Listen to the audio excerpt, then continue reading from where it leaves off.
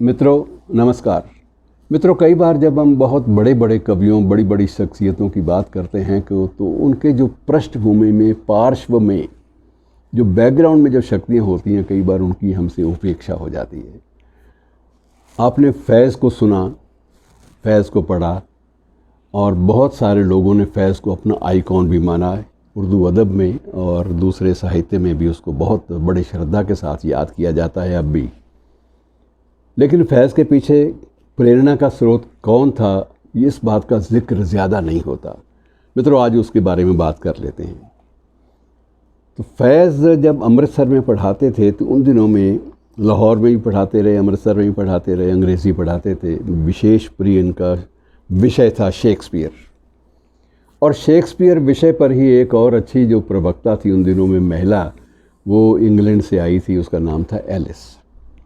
तो एलिस जो है वो भी शेक्सपियर की दीवानी थी और ये भी शेक्सपियर के दीवाने थे। बहुत सारे शेक्सपियर के जब ड्रामे होते कॉलेज लेवल पे, यूनिवर्सिटी लेवल पे, तो उस वक्त भी पार्टिसिपेशन देखने के लिए ये दोनों जाते थे। और वो शेक्सपियर इनको इतना करीब ले आया कि दोनों के बीच में एक दोस्ती के संबंध हुए और बाद में वो विवाह के रूप में बदल गए, शादी के रूप में बदल गए। फैसला कर लिया कि शादी करेंगे। इससे पहले एलिस की दिलचस्प एक घटना भी आपको मैं बता दूं। लंदन में उन दिनों में, जबकि हमारा देश तो आज़ाद नहीं था, हमारा भारत पाकिस्तान इसी का हिस्सा था, उन दिनों में वहाँ पर एक इंडिया लीग होती थी। और इंडिया लीग का बड़ा एक बहुत ज़्यादा, जो वहाँ रहकर लंदन में स्थापित होकर वो भारत के हितों की तर्जुमानी करती थी। इंडिया लीग के जो पूरे संयोजक थे, पूर्णकालिक और अध्यक्ष भी कह लीजिए, वो कृष्णा मेनन थे, जो बाद में हमारे देश के प्रतिरक्षा मंत्री भी बने, बड़े विवादों में भी रहे। लेकिन उनकी बुद्धिमत्ता पर, उनकी बौद्धिकता पर कभी कोई सवाल नहीं लगा पाया। इतने बड़े बौद्धिक थे कि उनको समझना ही बड़ा मुश्किल है कि एक आदमी 18 विषयों में एमए है, 18 सब्जेक्ट्स में, और 3 बार डीलिट कर चुके। और श्रीमान जी का जो पांडित्य था वो बड़ा गज़ब का होता था। बहुत दिलचस्प बातें हैं, कभी मेनन पर अलग से एपिसोड होगा तो उसमें बातें कर लेंगे। आज एलिस पर और फैज़ पर रहें। तो ये एलिस जो थे, ये क्योंकि इसका रुझान भी वामपंथ की ओर था, कम्युनिस्ट पार्टी की ओर था, विचारधारा इसकी भी वामपंथी थी, तो ये कृष्णा मेनन की सेक्रेटरी के रूप में इसने इंडिया लीग में काम करना शुरू किया था। और बाद में जब भारत में आ गई, दोनों बहनें थी, एक क्रिस्टोफर थी, क्रिस्टोबल इनकी बहन। दोनों बहनों का रुझान जो था वो अध्ययन, अध्यापन, इन दिलचस्पियाँ सारी की सारी इस तरफ थी। तो क्रिस्टोबल ने भी शादी इधर भारत में की। एक एमडी तासीर होते थे, कॉलेज के प्रिंसिपल, श्रीनगर में, उनसे शादी की। और इसने जब फैज़ से शादी का फ़ैसला किया एलिस ने, तो उस वक्त फिर श्रीनगर का जो राजमहल है उसमें परी महल नाम का एक प्रकोष्ठ है। परी महल में शादी इसलिए तय हुई कि एमडी तासीर को बतौर कॉलेज प्रिंसिपल और कोई जगह नहीं मिली, तो उनको परी महल का ही एक पोर्शन दे दिया गया था कि आप यहीं रहकर अपना वक्त काटिए जब तक आपका कोई सरकारी आवास और नहीं मिल जाता। तो परी महल में शादी हुई।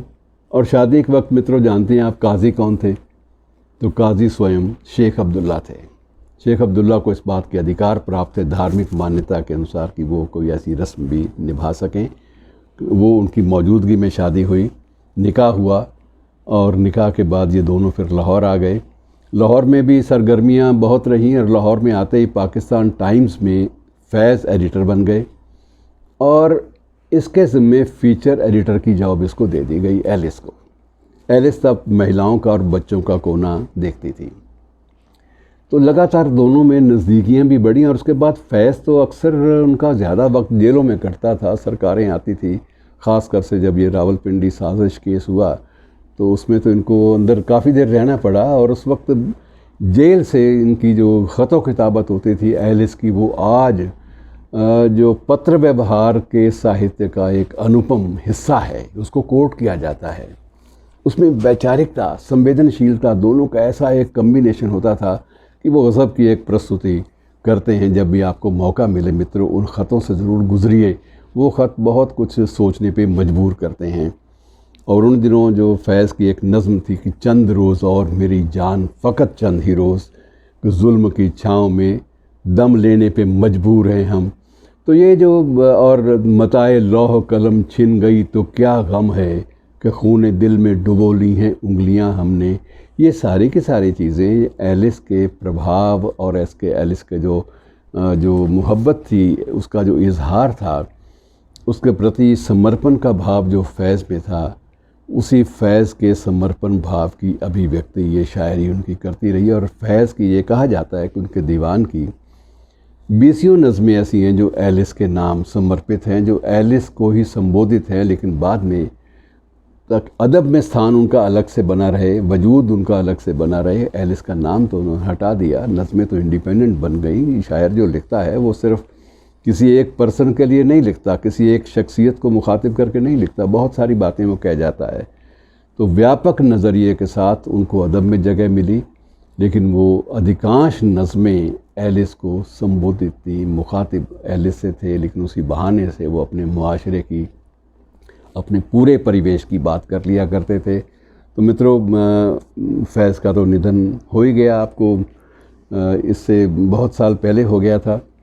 और एलिस अपनी दोनों बेटियों के साथ वहाँ लाहौर में काफ़ी देर रही, वहीं उसने उम्र काटी। और वो पाकिस्तान की जो सोशल जो सोसाइटी थी, सिविल सोसाइटी, उसकी बड़ी सक्रिय सदस्य के रूप में अंत तक बनी रही।